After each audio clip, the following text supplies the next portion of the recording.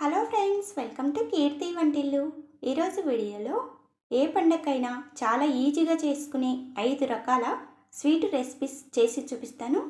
First recipe gulab జాములు ఎలా తయారు చేసుకోవాలో చూపిస్తాను. గులాబ్ జాములు పగుళ్ళు రాకుండా గులాబ్ జాములని వేయించుకున్న తర్వాత లోపల పిండి పిండిలా లేకుండా, పాకం ఎక్కువ తక్కువ లేకుండా జ్యూసీగా రావాలి అంటే ఎలా తయారు చేసుకోవాలో చేసి చూపిస్తాను. వీడియో స్కిప్ చేయకుండా పూర్తిగా చూడండి, మీకు బాగా అర్థమవుతుంది. ఇక్కడ నేను MTR గులాబ్ జామున్ పౌడర్తో చేస్తున్నాను. మీరు ఏ బ్రాండ్ అయినా తీసుకోవచ్చు. గులాబ్ జాములని తయారు చేసుకోవడానికి ముందుగా ఒక మిక్సింగ్ బౌల్ తీసుకొని కొలత కోసము గ్లాస్ కానీ 1 కప్పు కానీ తీసుకోండి. ఇక్కడ నేను కొలత కోసం తీసుకున్న కప్పుతో 1 కప్పు గులాబ్ జామున్ పౌడర్ వచ్చింది. MTR గులాబ్ జామున్ ప్యాకెట్లో 1 కొంటే 1 ఫ్రీ అని చెప్తారు కదా, ఆ 2 ప్యాకెట్లలో 1 ప్యాకెట్ మాత్రమే తీసుకున్నాను. పిండిని ఇలా గిన్నెలో వేసుకున్న తర్వాత ఒకసారి కలుపుకోండి. పిండిని నీళ్ళతో కాకుండా కొద్దిగా పాలు వేసుకొని కలుపుకోండి. పిండిని నీళ్ళతో అయినా కలుపుకోవచ్చు. పాలతో కలుపుకుంటే గులాబ్ జాముల టేస్ట్ అనేది మరింత బాగుంటుంది. ఇక్కడ నేను పచ్చి పాలు వేసుకొని కలుపుకుంటున్నాను. మీరు కాచి చల్లార్చిన పాలైనా వేసుకొని కలుపుకోవచ్చు, లేదంటే నీళ్ళతో అయినా కలుపుకోవచ్చు. ఇలా పాలని కొద్దిగా వేసుకుంటూ పిండిని చపాతి ముద్దలాగా సాఫ్ట్గా కలుపుకోవాలి. పిండిని కలుపుకునేప్పుడు పొరపాటున పాలు ఎక్కువగా పడి పిండి కొద్దిగా పల్చగా అయినట్టుగా అనిపిస్తే 1-2 స్పూన్లు ఆశీర్వాద్ గోధుమ పిండి వేసుకొని కలుపుకోవచ్చు. పిండిని ఇలా కలుపుకున్న తర్వాత చిన్న గోళీ సైజ్ అంత పిండిని తీసుకొని చిన్న బాల్స్లా చేసుకోవాలి. గులాబ్ జాములు పగుళ్ళు రాకుండా ఉండాలి అంటే పిండి బాల్స్ చేసుకునేప్పుడు కొద్దిగా పిండి తీసుకొని 2 అరచేతులకి మధ్యలో పెట్టుకొని ఇలా వీడియోలో చూపించిన విధంగా బాగా నలుపుకొని రౌండ్ బాల్స్లా చేసుకోవాలి.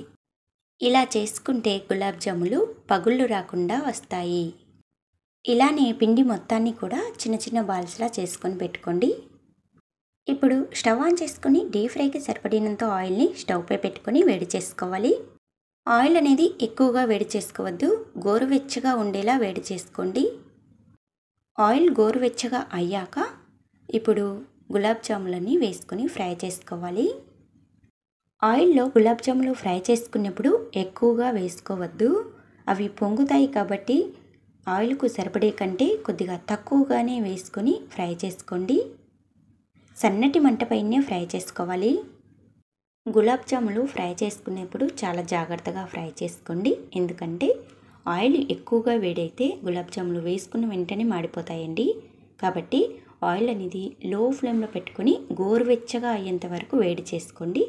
ఆ తర్వాత గులాబ్ జాములని వేసుకొని సన్నటి మంట పైన స్లోగా కలుపుకుంటూ ఫ్రై చేసుకోవాలి. ఇలా ఫ్రై చేసుకుంటేనే పిండి లోపల పచ్చిగా లేకుండా చాలా బాగా వస్తుంది. ఇలా గులాబ్ జాములు మంచి ఎర్రటి కలర్ వచ్చేంత వరకు బాగా ఫ్రై చేసుకోండి.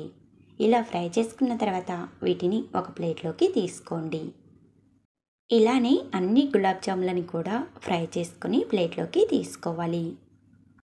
ఇప్పుడు స్టవ్ ఆన్ చేసుకొని వెడల్పుగా ఉన్న కడాయిని స్టవ్పై పెట్టుకోండి. 1 కప్పు చక్కెర వేసుకోండి. 2 కప్పులు నీళ్లు వేసుకోవాలి. మనం ఏ కప్పుతో అయితే పిండిని తీసుకున్నామో అదే కప్పుతో చక్కెరని నీళ్ళని వేసుకోవాలి. 1 కప్పు పిండికి 1 కప్పు చక్కెర స్వీటు కరెక్ట్గా సరిపోతుంది. 2 కప్పులు నీళ్లు వేసుకున్న తర్వాత స్టవ్ని హై ఫ్లేమ్లో పెట్టుకొని చక్కెర మొత్తం కరిగేంత వరకు ఇలా కలుపుకుంటూ మరిగించుకోండి. చక్కెరని కరిగించుకున్న తర్వాత 2 యాలకులని దంచుకొని వేసుకోండి. ఇలా మధ్యలో కలుపుకుంటూ చక్కెర సిరప్ని 10 నిమిషాలు బాగా వేడి చేసుకోవాలి. 1-2 పొంగులు బాగా తెల్రేలాగా మరిగించుకోండి. 10 నిమిషాలు మరిగించుకున్న తర్వాత చక్కెర సిరప్ని కొద్దిగా చేతికి తీసుకొని చెక్ చేసుకోండి. చక్కెర సిరప్ని చేతి వేళ్ళతో పట్టుకొని చూస్తే జిగురుగా అనిపిస్తే సరిపోతుందండి, పాకం రావాల్సిన అవసరం లేదు. అలా జిగురుగా ఉన్నప్పుడు వెంటనే స్టవ్ ఆఫ్ చేసుకోండి. ఇప్పుడు ముందుగా ఫ్రై చేసి పెట్టుకున్న గులాబ్ జాములన్నిటిని కూడా చక్కెర సిరప్లోనికి వేసుకోవాలి. ఇలా అన్ని గులాబ్ జాములని వేసుకున్న తర్వాత గరిటెతో ఒకసారి స్లోగా కలుపుకోండి. ఇప్పుడు ఈ గులాబ్ జాములపై మూత పెట్టుకొని ఒక 5 నిమిషాలు పక్కకు పెట్టేసేయండి. 5 నిమిషాల తర్వాత మళ్ళీ ఒకసారి గులాబ్ జాములని స్లోగా కలుపుకొని మూత పెట్టి మరో 5 నిమిషాల పాటు పక్కకు పెట్టేసేయండి. ఇలా ఒక 10 నిమిషాలు పక్కకు పెట్టేశారంటే పాకాన్ని చక్కగా పీల్చుకొని గులాబ్ జాములు బాగా ఉబ్బుతాయి. 10 నిమిషాల తర్వాత గులాబ్ జాములు పాకాన్ని చక్కగా పీల్చుకొని రెడీ అయిపోయాయి. ఇక్కడ నేను చేసుకున్న పాకం అనేది గులాబ్ జాములకి కరెక్ట్గా సరిపోయిందండి. ఎక్కువ కాలేదు, తక్కువ కాలేదు. గులాబ్ జాములు పాకాన్ని బాగా పీల్చుకొని జ్యూసీగా దూదిల్లాగా చాలా సాఫ్ట్గా ఉన్నాయి. మీరు ఒకసారి తప్పకుండా ట్రై చేయండి. రెండవ రెసిపీ వచ్చేసి రవ్వ కేసరి ఎలా తయారు చేసుకోవాలో చేసి చూపిస్తాను. రవ్వ కేసరి చల్లారిన తర్వాత కూడా గట్టిపడకుండా చాలా రుచిగా రావాలి అంటే చిన్న చిన్న టిప్స్ చెప్తూ చేసి చూపిస్తాను, చూసేయండి. ముందుగా స్టవ్ ఆన్ చేసుకొని కడాయి పెట్టుకొని 1 స్పూన్ నెయ్యి వేసుకోవాలి. కొద్దిగా జీడిపప్పులు, కిస్మిస్లు వేసుకొని కిస్మిస్లు లావుగా పొంగేంత వరకు ఫ్రై చేసుకోవాలి. ఇలా ఫ్రై చేసుకున్న తర్వాత ఇందులో 1 కప్పు బొంబాయి రవ్వ వేసుకోవాలి. బొంబాయి రవ్వ అంటే తెల్లటి ఉప్మా రవ్వ. 1 కప్పు బొంబాయి రవ్వ వేసుకొని బాగా కలుపుకుంటూ సన్నటి మంట పైన ఫ్రై చేసుకోవాలి. రవ్వని ఎర్రగా ఫ్రై చేసుకోవద్దు. చాలా సన్నటి మంట పైన రవ్వని ఇలా కలుపుకుంటూ ఒక 2 నిమిషాలు ఫ్రై చేసుకుంటే సరిపోతుంది. రవ్వని ఈ విధంగా ఫ్రై చేసుకున్న తర్వాత 1 కప్పు రవ్వకి 5 కప్పులు నీళ్ళని వేసుకోవాలి. రవ్వ కేసరిని ఈ కొలతలతో చేశారంటే ఎన్ని గంటలైనా కూడా గట్టిపడకుండా చాలా స్మూత్గా, చాలా రుచిగా ఉంటుంది.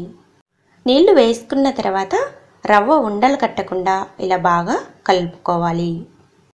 రవ్వని ఏ కప్పుతో అయితే తీసుకుంటామో అదే కప్పుతో నీళ్ళని కూడా 5 కప్పులు వేసుకోవాలి. రవ్వ మొత్తం నీళ్ళల్లో బాగా కలిసేలా కలుపుకున్న తర్వాత 1 కప్పు చిక్కటి పాలని వేసుకోవాలి. ఇలా పాలు వేసుకొని చేసుకుంటే రవ్వ కేసరి స్మూత్గా చాలా రుచిగా వస్తుంది. 1 కప్పు రవ్వకి 5 కప్పులు నీళ్లు, 1 కప్పు పాలు వేసుకున్నాం కదా. రవ్వ మాత్రం ఉండలు కట్టకుండా, మాడిపోకుండా సన్నటి మంట పైనే రవ్వని ఉడికించుకోవాలి. పాలు, రవ్వ వేసుకున్న తర్వాత ఇలా బాగా కలుపుకుంటూ రవ్వని మెత్తగా ఉడికించుకోవాలి. రవ్వ బాగా మెత్తగా ఉడికిపోయింది కదా. ఇప్పుడు 1 కప్పు చక్కెర వేసుకోవాలి. రవ్వని మెత్తగా ఉడికించుకున్న తర్వాతనే చక్కెరని వేసుకోవాలి. ముందుగానే చక్కెర వేసుకుంటే రవ్వ సరిగ్గా ఉడకదు. 1 కప్పు రవ్వకి 1 కప్పు చక్కెర అయితే స్వీట్ కరెక్ట్గా సరిపోతుంది. స్వీటు ఎక్కువగా ఇష్టపడేవారు 1.5 కప్పు చక్కెర వేసుకోవచ్చు. రవ్వ కేసరి చేసుకునేప్పుడు సన్నటి మంట పైనే రవ్వ కేసరిని ప్రిపేర్ చేసుకోవాలి. మనం వేసుకున్న చక్కెర మొత్తం కరిగేంత వరకు ఒక 2 నిమిషాలు లో ఫ్లేమ్లో ఉడికించుకోవాలి. చక్కెర మొత్తం కరిగిపోయింది కదా. ఇప్పుడు మీకు ఇష్టమైతే 1/4 టీ స్పూన్ కేసరి ఫుడ్ కలర్ని వేసుకోవాలి. రవ్వ కేసరి కలర్ఫుల్గా కనిపించడం కోసమే కలర్ని వేసుకుంటాము. మీకు ఇష్టమైతే వేసుకోండి, లేదంటే స్కిప్ చేసేయండి. కలర్ వేసుకున్న తర్వాత కలర్ మొత్తం రవ్వ కేసరికి బాగా పట్టేలా కలుపుకోవాలి. ఇలా అంతా బాగా కలిసేలా కలుపుకున్న తర్వాత 3 యాలకులని దంచుకొని వేసుకోండి. ఇప్పుడు 2 స్పూన్లు నెయ్యి వేసుకొని బాగా కలుపుకోండి. ఇక్కడ నేను నెయ్యిని తక్కువగా వేసి చేస్తున్నాను. మీకు ఇష్టమైతే 1/4 కప్పు నెయ్యి వేసుకొని చేసుకోవచ్చు. రవ్వ కేసరి మీరు ఎంత పల్చగా చేసినా కూడా అది చల్లారిన తర్వాత గట్టిపడుతుంది.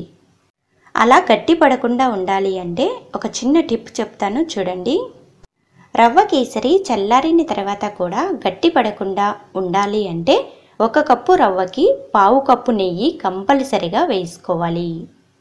నెయ్యి వేసుకొని బాగా కలుపుకొని స్టవ్ ఆఫ్ చేసుకోవాలి. చాలా రుచిగా ఉండే రవ్వ కేసరి రెడీ అయిపోయింది. మూడవ రెసిపీ బ్రెడ్ హల్వా చాలా సింపుల్గా, టేస్టీగా ఎలా ప్రిపేర్ చేసుకోవాలో చూపిస్తానండి. బ్రెడ్ హల్వా చేయడానికి ముందుగా 1 ప్యాకెట్ బ్రెడ్ పీసెస్లను తీసుకోవాలి. బ్రెడ్ పీసెస్లని 2 గంటల పాటు ఫ్యాన్ కింద ఆరబెట్టుకోవాలి. ఇలా ఆరబెట్టుకోవడం వల్ల బ్రెడ్ అనేది కొద్దిగా గట్టిగా తయారవుతుంది కాబట్టి మనం ఇలా కట్ చేసుకునేప్పుడు బ్రెడ్ అనేది పొడి పొడిగా రాలకుండా ఉంటుంది. అలానే డీప్ ఫ్రై చేసుకున్నప్పుడు కూడా ఆయిల్లో పొడి ఎక్కువ రాలి ఆయిల్ నల్లగా అవ్వకుండా ఉంటుంది. ఇలా ఆరబెట్టుకున్న బ్రెడ్ పీసెస్లని సైడ్స్ అంచులు బ్రౌన్ కలర్లో ఉన్న పాటుని కట్ చేసుకోవాలి. ఇలా కట్ చేసుకొని పొడవాటి ముక్కలుగా వీడియోలో చూపించిన విధంగా కట్ చేసుకోవాలి. ఇలా అన్ని బ్రెడ్ పీసెస్లు కట్ చేసుకుని పెట్టుకోండి. తర్వాత స్టవ్ ఆన్ చేసుకుని స్టవ్ పై డీప్ ఫ్రైకి సరిపడినంత ఆయిల్ పెట్టుకోవాలి. ఆయిల్ అనేది మీడియం హీట్ ఉండాలండి. ఎక్కువ హీట్ ఉంటే బ్రెడ్ పీసెస్లు అనేది త్వరగా నల్లగా అవుతాయి. బ్రెడ్ పీసెస్లను ఫ్రై చేసుకున్నప్పుడు చాలా జాగ్రత్తగా ఉండాలండి. బ్రెడ్ పీసెస్లు నల్లగా అయిపోతే హల్వా కూడా నల్లగా వచ్చేస్తుంది. స్టవ్ని లో ఫ్లేమ్లో పెట్టుకొని ఆయిల్ మీడియం హీట్ ఉన్నప్పుడే ఇలా బ్రెడ్ పీసెస్లు వేసుకొని మరోవైపుకు తిప్పుకొని రెండు వైపులా బ్రౌన్ కలర్ వచ్చేంత వరకు మాత్రమే ఫ్రై చేసుకోవాలి. ఇలా బ్రౌన్ కలర్ వచ్చిన వెంటనే వీటిని ఒక జాలి గరిటెలోకి తీసుకొని ఇందులో ఉన్న ఆయిల్ మొత్తాన్ని పొయ్యేలాగా ఇలా గరిటెతో ఒత్తుకోవాలి. ఇలా ఒత్తుకోవడం వలన బ్రెడ్ పీసెస్లో ఉన్న ఎక్స్ట్రా ఆయిల్ అంతా పడిపోతుంది. ఇలానే రెండోసారి ఆయిల్లో బ్రెడ్ పీసెస్లు వేసుకొని ఫ్రై చేసుకున్నప్పుడు ఆయిల్ అనేది ఎక్కువ హీట్ ఉంటుంది కాబట్టి స్టవ్ ఆఫ్ చేసుకొని మళ్ళీ ఆయిల్ మీడియం హీట్కి వచ్చిన తర్వాత ఇలా ఒక్కొక్కటిగా బ్రెడ్ పీసెస్లు వేసుకొని ఫ్రై చేసుకోవాలి. బ్రెడ్ పీసెస్లు మాడిపోకుండా బాగా ఫ్రై చేసుకుంటేనే హల్వా టేస్ట్ కూడా చాలా రుచిగా ఉంటుంది.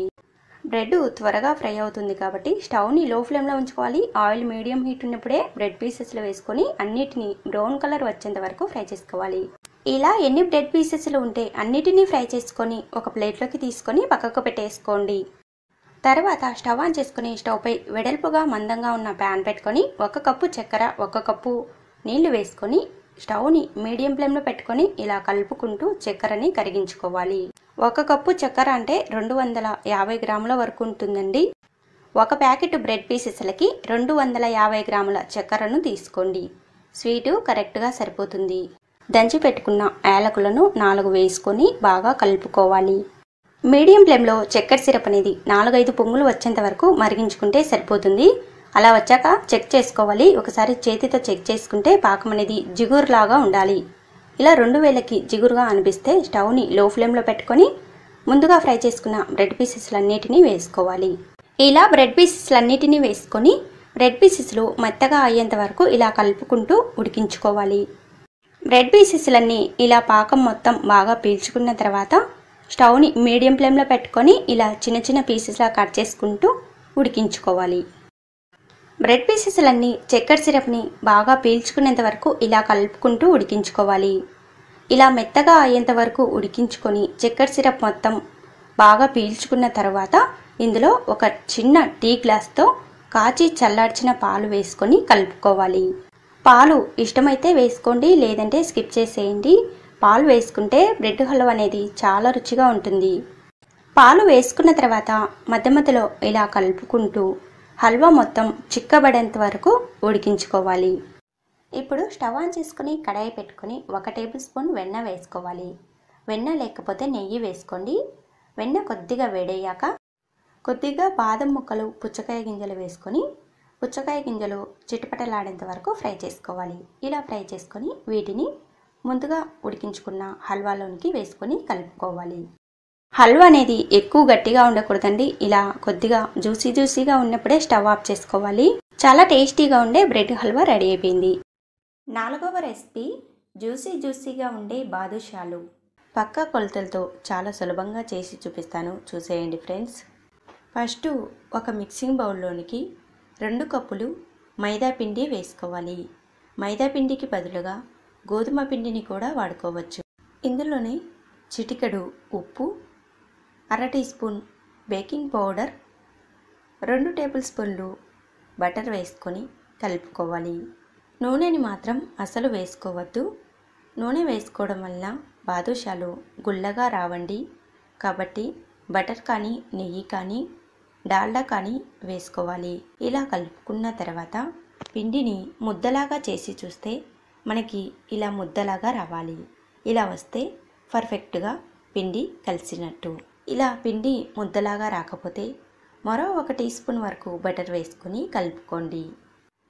ఇలా కలుపుకున్న పిండిలోనికి కొద్దిగా నీళ్లు వేసుకుంటూ పిండిని ఎక్కువ ప్రెషర్ పెట్టకుండా చేతి వేళ్ళతో కలుపుకోవాలి. ఇక్కడ పిండిని కలుపుకోవడం చాలా ఇంపార్టెంట్. పిండిని గట్టిగా ప్రెషర్ పెట్టకుండా చేతి వేళ్ళతో స్మూత్గా కలుపుకోండి. ఇలా కలుపుకుంటేనే బాదుషాలు లోపల పొరలుగా గుల్లగా పాకాన్ని బాగా పీల్చుకొని జ్యూసీగా వస్తాయి. ఇలా ముద్దలాగా కలుపుకొని దీనిపై మూత పెట్టుకొని 20 నిమిషాలు పక్కకు పెట్టేసుకోండి. 20 నిమిషాల తరువాత ఇప్పుడు ముందుగా కలిపి పెట్టుకున్న పిండిని చేతి వేళ్ళతో మళ్ళీ ఒకసారి కలుపుకోవాలి. ఇలా కలుపుకున్న తర్వాత ఈ పిండిలో నుంచి చిన్న నిమ్మకాయ సైజంత పిండిని తీసుకొని అరచేతిలో పెట్టుకొని 2 చేతులతో రౌండ్ బాల్స్లా చేసుకోవాలి.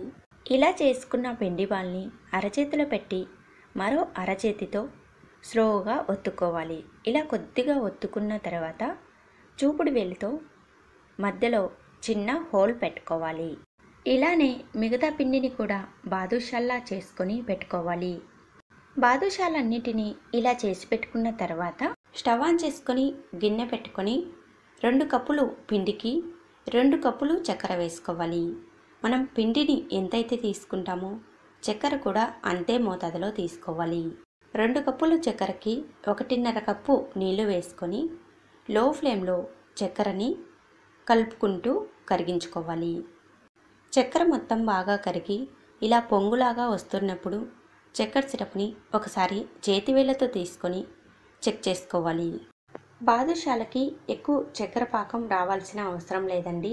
ఇలా చేతివేళ్లతో చూసుకుంటే కొద్దిగా జిగురుగా అనిపిస్తే సరిపోతుంది. చక్కెర సిరపు ఇలా లైట్గా స్టిక్కీగా వచ్చిన వెంటనే స్టవ్ ఆఫ్ చేసుకొని 1/4 టీ స్పూన్ యాలకుల పొడి వేసుకొని కలుపుకొని పక్కకు పెట్టేసుకోండి. ఇప్పుడు స్టవ్ పై డీప్ ఫ్రైకి సరిపడినంత నూనెని పెట్టుకొని వేడి చేసుకోవాలి. లో ఫ్లేమ్లో నూనెని వేడి చేసుకోవాలి. నూనె అనేది ఎక్కువ వేడిగా ఉండకూడదండి, గోరువెచ్చగా ఉండాలి. అలా గోరువెచ్చగా ఉన్నప్పుడే బాదుషాలని ఆయిల్కు సరిపడినన్ని వేసుకోవాలి. బాదుషాలని నూనెలో వేసుకున్న తర్వాత అవి పైకి తేలేంత వరకు మనం కదపకుండా అలానే ఉంచేయాలి. బాదుషాలు ఇలా పొంగుతూ పైకి వచ్చిన తర్వాత 2 వైపులా తిప్పుకుంటూ బాగా గోల్డెన్ కలర్ వచ్చేంత వరకు ఫ్రై చేసుకోవాలి. బాదుషాలని లో ఫ్లేమ్లో బాగా ఫ్రై చేసుకుంటేనే పచ్చివాసన లేకుండా లోపలి వరకు బాగా ఫ్రై అవుతాయి. చూడండి, పొంగుతూ చక్కగా పొరలు పొరలుగా చాలా బాగా వస్తున్నాయి కదా. ఇలా మంచి కలర్ వచ్చేంత వరకు బాదుషాలని ఫ్రై చేసుకున్న తర్వాత ఈ బాదుషాలని ముందుగా చేసి పెట్టుకున్న చక్కెర సిరప్లోనికి వేసుకోవాలి. బాదుషాలు వేసుకునేప్పుడు చక్కెర సిరపు వేడిగా ఉండాలి. చక్కెర సిరపు చల్లారినట్టయితే మళ్ళీ కొద్దిగా వేడి చేసుకొని అప్పుడు బాదుషాలను చక్కెర సిరప్లోనికి వేసుకోండి. బాదుషాలని చక్కెర సిరప్లో వేసుకున్న తర్వాత ఒకసారి కలుపుకొని పక్కకు పెట్టేసుకోండి. మనం రెండోసారి బాదుషాలను ఫ్రై చేసుకునే లోపు ఈ బాదుషాలు చక్కెర సిరప్ని చక్కగా పీల్చుకుంటాయి. రెండోసారి బాదుషాలని ఆయిల్లో ఫ్రై చేసుకునేప్పుడు ఆయిల్ బాగా వేడిగా ఉంటుంది కాబట్టి స్టవ్ ఆఫ్ చేసుకొని మళ్ళీ ఆయిల్ నార్మల్ హీట్కు వచ్చిన తర్వాత బాదుషాలని వేసుకొని ఫస్ట్ ఎలాగైతే ఫ్రై చేసుకున్నామో అలానే ఫ్రై చేసుకోవాలి.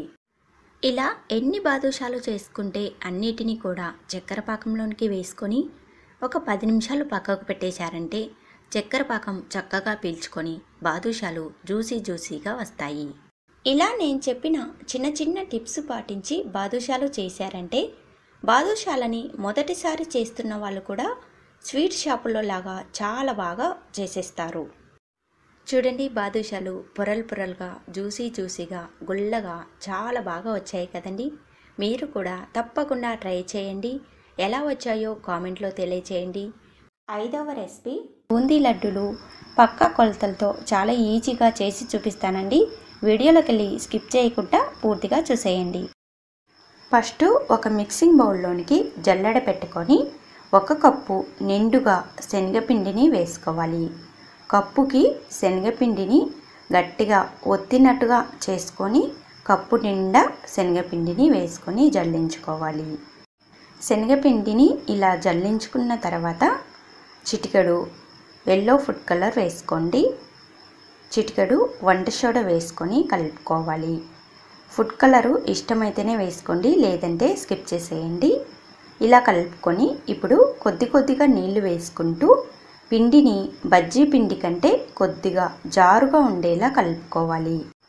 నీళ్ళని ఒకేసారి ఎక్కువగా వేసుకోవద్దు. ఇలా కొద్దిగా నీళ్లు వేసుకుంటూ కలుపుకోవాలి. పిండిని ఇలా విస్కర్తో కలుపుకుంటే పిండి ఉండలు లేకుండా చక్కగా కలుస్తుంది. పిండిని ఎక్కువ గట్టిగా కలుపుకున్నా పల్చగా కలుపుకున్నా ఆయిల్లో వేసినప్పుడు బూందీ అనేది రౌండ్గా రాదు. కాబట్టి ఇలా వీడియోలో చూపించిన విధంగా ఎక్కువ పల్చగా లేకుండా ఎక్కువ తిక్కుగా లేకుండా కలుపుకొని పక్కకు పెట్టేసుకోవాలి. తర్వాత డీప్ ఫ్రైకి సరిపడినంత ఆయిల్ని స్టవ్ పై పెట్టుకొని ఆయిల్ బాగా వేడైన తర్వాత ఒక పిండి చుక్కని కొద్దిగా ఆయిల్లో వేసుకొని చూస్తే పిండి అనేది ఆయిల్లో నుంచి పైకి తేలినట్టుగా రావాలి. అలా వస్తేనే మనం బూందీని ఆయిల్లోనికి వేసుకోవాలి. ఇలా వీడియోలో చూపించిన విధంగా చిల్లుల గరిటెపై పిండిని వేసుకుంటూ ఇలా రుద్దుకోవాలి. ఇలా రుద్దుతూ ఉంటే బూందీ అనేది మనకి ఆయిల్లోనికి స్లోగా రౌండ్గా పడుతుంది. ఇలానే మీకు ఆయిల్కు సరిపడినంత బూందీని వేసుకోవాలి.